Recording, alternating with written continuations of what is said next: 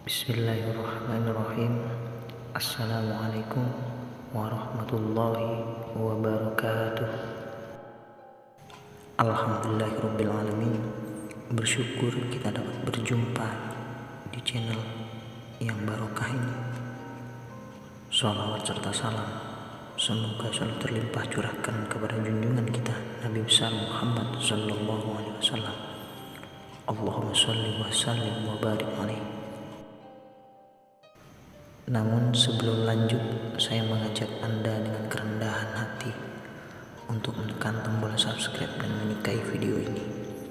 Dengan begitu, Anda juga ikut serta untuk mensyiarkan kebaikan di dunia dan di akhirat. Bagi Anda yang sudah mensubscribe dan menyukai channel ini, saya doakan agar Allah senantiasa melimpahkan karunia-Nya, keselamatan dan rezeki yang banyak serta berkah, dimudahkan segala urusannya di dunia dan di akhirat. Amin amin ya mujibas sa'ilin. Sahabat syair kolbu yang dirahmati Allah Subhanahu wa taala, bulan Rajab menjadi salah satu bulan penting bagi umat Islam, tentunya tanpa mengabaikan bulan lainnya.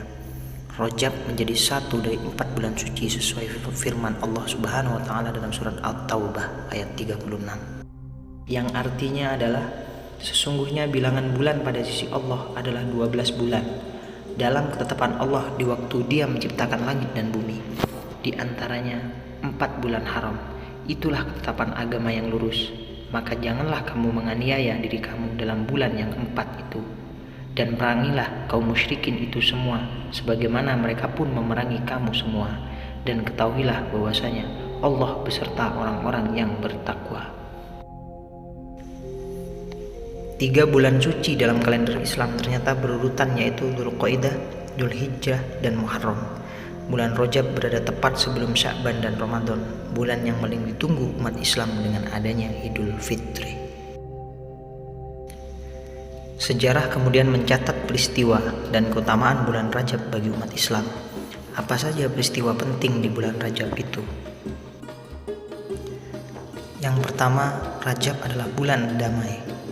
Islam adalah agama damai yang tidak menginginkan adanya konflik sesama muslim atau dengan kelompok lain. Khusus untuk 4 bulan suci termasuk Rajab, Allah Subhanahu wa taala kembali mengingatkan jangan sampai terjadi pertumpahan darah kecuali jika muslim serang lebih dulu atau terjadi atas nama Allah Subhanahu wa taala. Hal ini tertulis dalam Al-Qur'an surat Al-Maidah ayat 2. Yang artinya, hai orang-orang yang beriman, janganlah kamu melanggar syiar-syiar Allah dan janganlah melanggar kehormatan bulan-bulan haram. Jangan mengganggu binatang-binatang hadnya dan binatang-binatang qalaid, dan jangan pula mengganggu orang-orang yang mengunjungi Baitullah sedang mereka mencari kurnia dan keridhaan dari Tuhannya. Dan apabila kamu telah menyelesaikan ibadah haji, maka bolehlah berburu. Dan janganlah sekali-kali kebencianmu kepada suatu kaum karena mereka menghalang-halangimu dari Masjidil Haram, mendorongmu berbuat aniaya kepada mereka.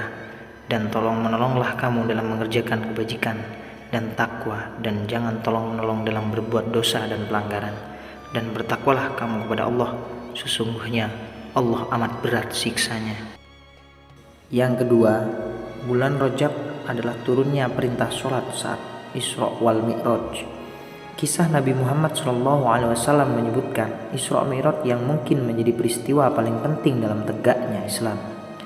2 peristiwa ini terjadi dalam satu malam pada 27 Rajab tahun ke-10 kenabian, atau sebelum Rasulullah SAW hijrah ke Madinah.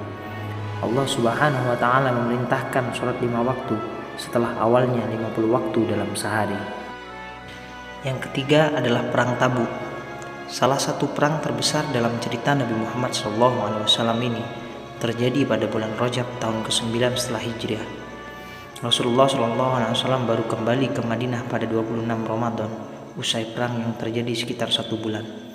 Perang ini berbeda dengan peristiwa serupa yang terjadi sebelumnya. Rasulullah SAW menampakkan seluruh rencana perang, padahal biasanya menggunakan kode atau sandi yang tidak mudah diketahui oleh musuh. Rasulullah juga berangkat bersama 30.000 pasukan saat musim panas sehingga terasa sangat sulit bagi pasukan muslim. Pasukan ini disebut Jaisyul Usroh karena berasa dalam kesulitan saat perang Tabuk. Yang keempat adalah pembebasan Baitul Maqdis.